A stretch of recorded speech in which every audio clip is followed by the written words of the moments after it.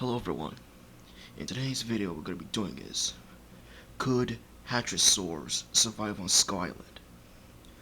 We'll start with the two genera, the Lambeosaurines and the Saurolophines. So let's get started.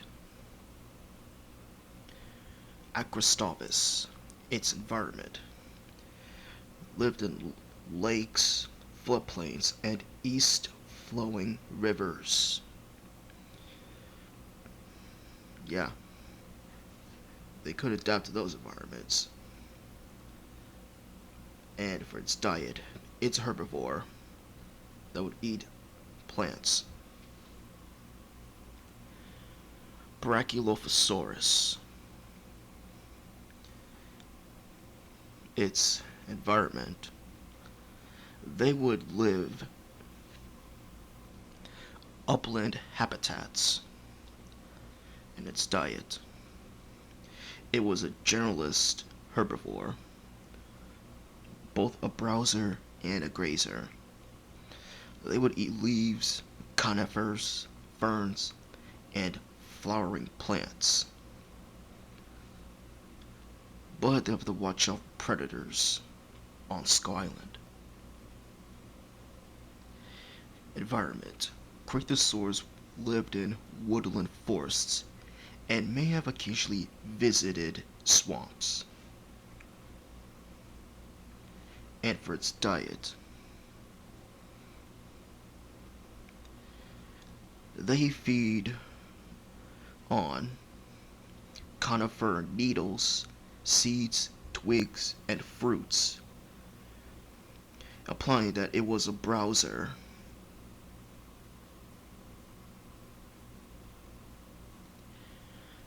Edmontosaurus egnectans. Couldn't pick which one, but want out both of them. Let's start with egnectans. Now, for its environment, they would live in flat forested floodplains with relatively dry subtropical climate, supporting a variety of plants range from angiosperms, trees to conifers such as bald cypress, as well as ferns and ginkgos. The coastline was hundreds of kilometers or miles to the east. So yeah, they could adapt. And for its diet,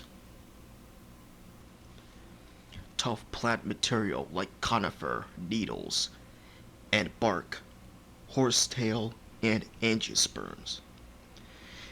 Its beak allowed it to crop food from plants and trees, and its powerful jaws could chew the plant matter, unlike mammals.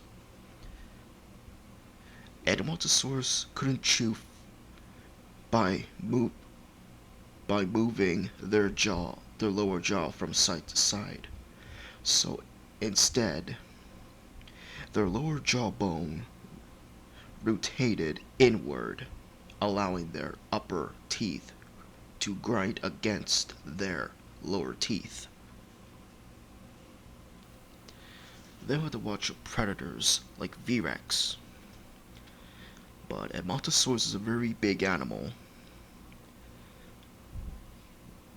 with about 38 feet, 12 meters long, with a skull 3.87 feet, 1.18 meters long.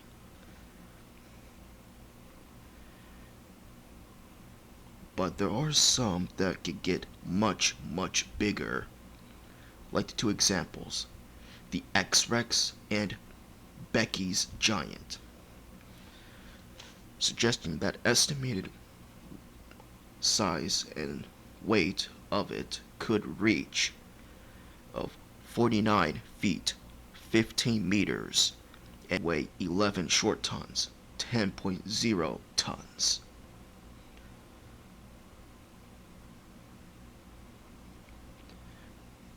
And a Montosaurus does have defenses. It could kick, use its tail and front limbs to kick. So, and it's a herd animal, stronger in numbers. So, E. inectans could survive. And Montosaurus regalis. Now for its environment, found near coastal, near marine settings. Bald cypress swamps and peat bogs on delta coasts, floodplains.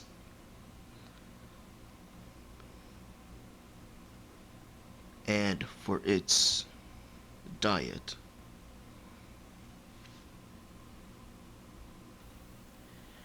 and they ate plants and trees. They may have eaten evergreen trees as well as hard conifer needles, twigs, and seeds. There are some studies that they ate crustaceans. Well, it's not confirmed if they have ate them to supplement their protein diet. If it is possible.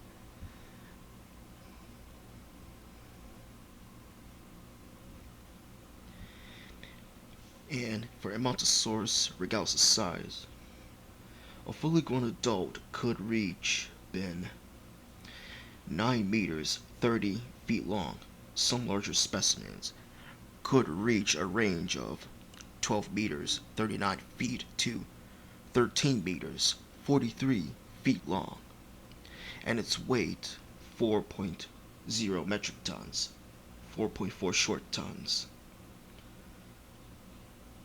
But a specimen NMC 2288 is estimated as 9 to 12 meters 30 to 39 feet.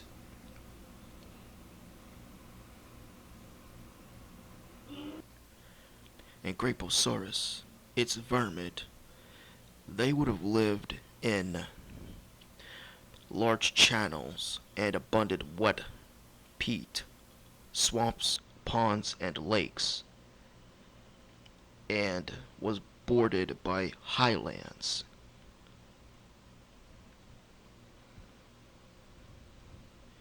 And its diet, they would feed on ferns, cycads, and conifers. Yeah, they could survive, but they would struggle for a little bit. Hypacrosaurus, its environment, they would live in humid forests and may have migrated from shorelines to higher ground to reproduce. And for its diet, they would eat pine needles, seeds, fruit, twigs, and magnolia leaves. Lambeosaurus, its environment, lived in floodplains that became more swampy and influenced by marine conditions, rivers. And for its diet, they would feed on conifers, ferns, tree ferns.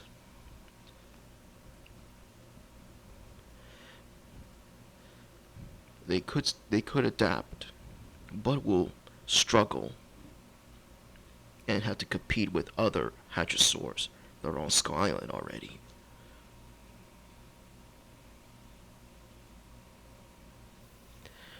Magnopolia. Environment, well, I could not find any information about it or where it lives. And its diet, well, unknown. but it's a very large animal with size estimates, and its original size estimate was 15 meters, 49.2 feet, and 16.5 meters, 54.1 feet long, with body mass up to 8 metric tons, 8.8 short tons.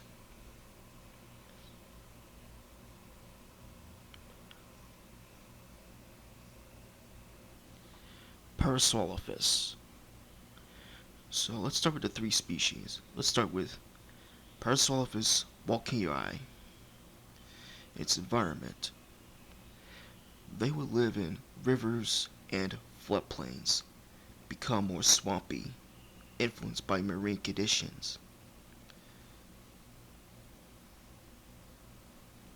And its diet. Feed on conifers, ferns,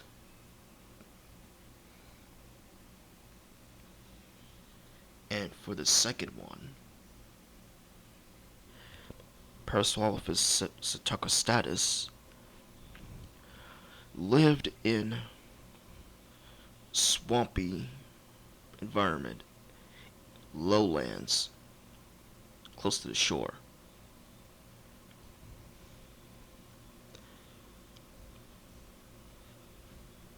And its diet, the same.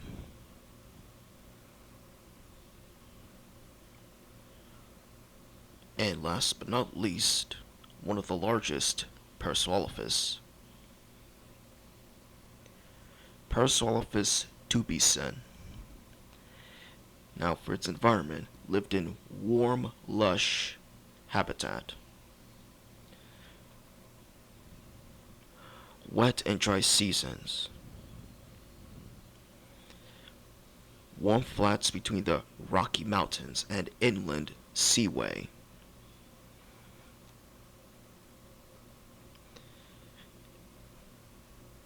And for its diet,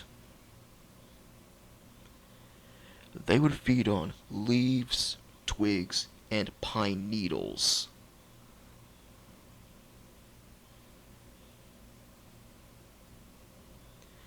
Now, they are large animals. They could defend themselves. Like Parasaurolophus tubicen is over 9 meters, 30 feet long, and weigh over 5 metric tons, 5.5 short tons. Parasaurolophus psittacostatus, its size was about 72% of the size of Parasaurolophus tubicen. Its length 10-11 meters, height 4.9 meters, and its weight 2,700 to 3,600 kilograms. And Parasaurolophus walkeri between 29.5 and 36 feet, 9 to 11 meters long, with steady height of 14.4 to 18.4 feet, 4.4 to 5.6 meters, and body weight of 3.9 to 4.9 feet, 1.2 and 1.5 meters, and could weigh between 6,000 and 8,000 pounds, 2,722, 3,629 kilograms. Parasaurolophus. Environment: lived in floodplains that became more swampy and influenced by marine conditions and rivers. And for its diet, they dined on conifer trees, implying that it was more likely a browser rather than a grazer. Saurolophus angustris, one of the largest of the species of Saurolophus. Its environment: they would live between stream and river channels, mudflats, and shallow lakes. Since Skull Island doesn't have a desert, they could adapt there. And its diet, they would feed on a variety of plants. And for its North American relative, Swallowfish osbornii environment lived in the shallow sea near and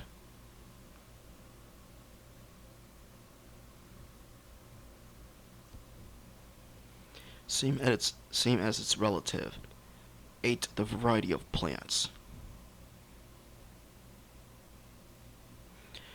Shantungosaurus, one of the largest hadrosaurs. For its environment, they lived in the Shandong Peninsula in China. And for its diet, they would eat low-growing, tough vegetation, pine branches, woody plants, and flowering plants. The adults would be immune to predators, but their young juveniles are not. So they have to watch out for V-Rexes and other predators.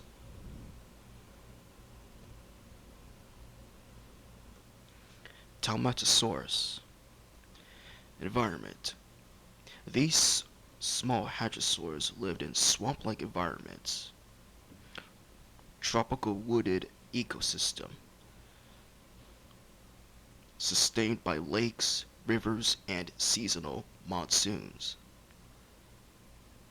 So, they could survive, but they have to watch out for small to mid-sized carnivores, like juvenile V-Rexes, Venatosaurus, Lichenosaurus,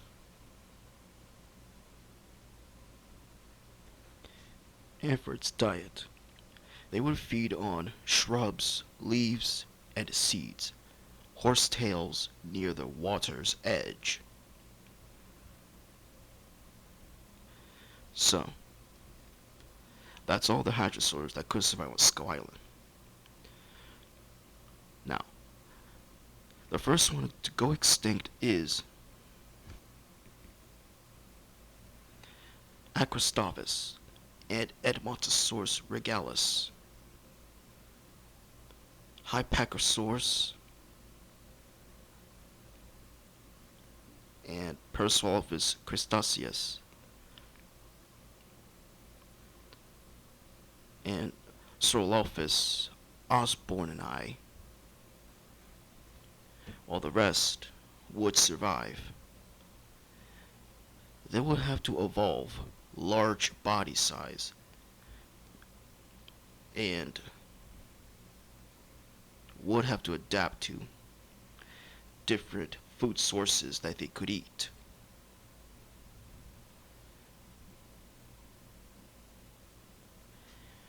And that's it for the video of could hadrosaurs survive on Skull Island. Like and subscribe, and see you later, guys.